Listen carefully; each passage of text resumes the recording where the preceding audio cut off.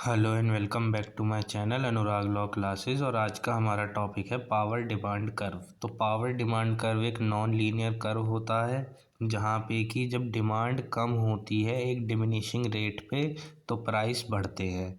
इसकी इक्वेशन है Q is equals to A P minus B, जहाँ पे कि P प्राइस है, A कांस्टेंट है, B जो है ये इलास्टिसिटी कोएफिशिएंट है। Power demand curve graphical representation है जो कि रिलेशनशिप बताता है प्राइस ऑफ इलेक्ट्रिसिटी और क्वांटिटी ऑफ इलेक्ट्रिसिटी डिमांडेड के बीच में एक कंज्यूमर द्वारा। इसकी कैरेक्टरिस्टिक्स देख लेते हैं। तो power demand curve typically downward sloping होता है और ये इंडिकेट करता है प्राइस ऑफ इलेक्ट्रिसिटी जब बढ़ती है तो क्वांटिटी डिमांडेड कम हो जाती है।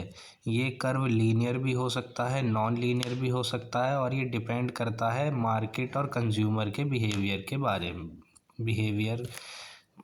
ये डिपेंड होता है मार्केट और कंज्यूमर बिहेवियर पर।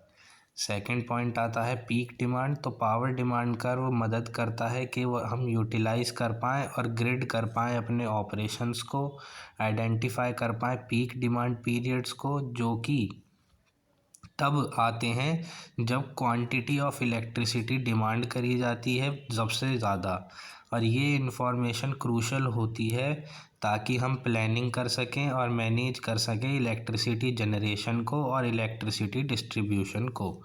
थर्ड पॉइंट आता है लोड शेपिंग। तो पावर डिमांड कर्व इन्फ्लुएंस होता है बहुत सारे फैक्टर्स से, जैसे कि टाइम ऑफ यूज़ प्राइसिंग, या फिर डिमांड रेस्पॉन्स प्रोग्राम, या फिर एनर्जी एफिशिएंसी मीजर्स।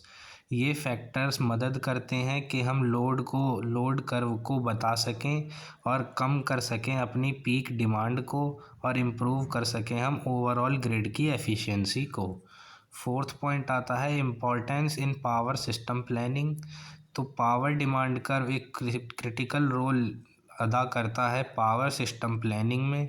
ये मदद करता है कि हम यूटिलाइज कर पाएँ और ग्रिड कर पाएँ अपने ऑपरेटर्स को, ताकि हम फोरकास्ट कर पाएँ इलेक्ट्रिसिटी की डिमांड को और प्लान कर पाएँ जनरेशन और ट्रांसमिशन कैपेसिटी को।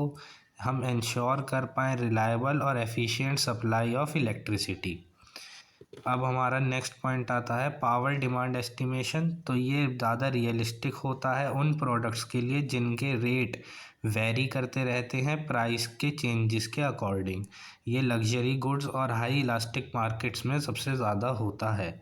इसकी एप्लीकेशंस देख लेते हैं। तो लीनियर डिमांड कर्व और पावर डिमांड कर्व ये दोनों मदद करते हैं फ्यूचर को प्रेडिक्ट करने में कि डिमांड क्या रहेगी फ्यूचर की, और ये प्राइस के चेंजेस के अकॉर्डिंग करा जाता है जिससे कि हम ऑप्टिमाइज़ कर पाएँ अपने प्राइसिंग की स्ट्रेटजीज़ को।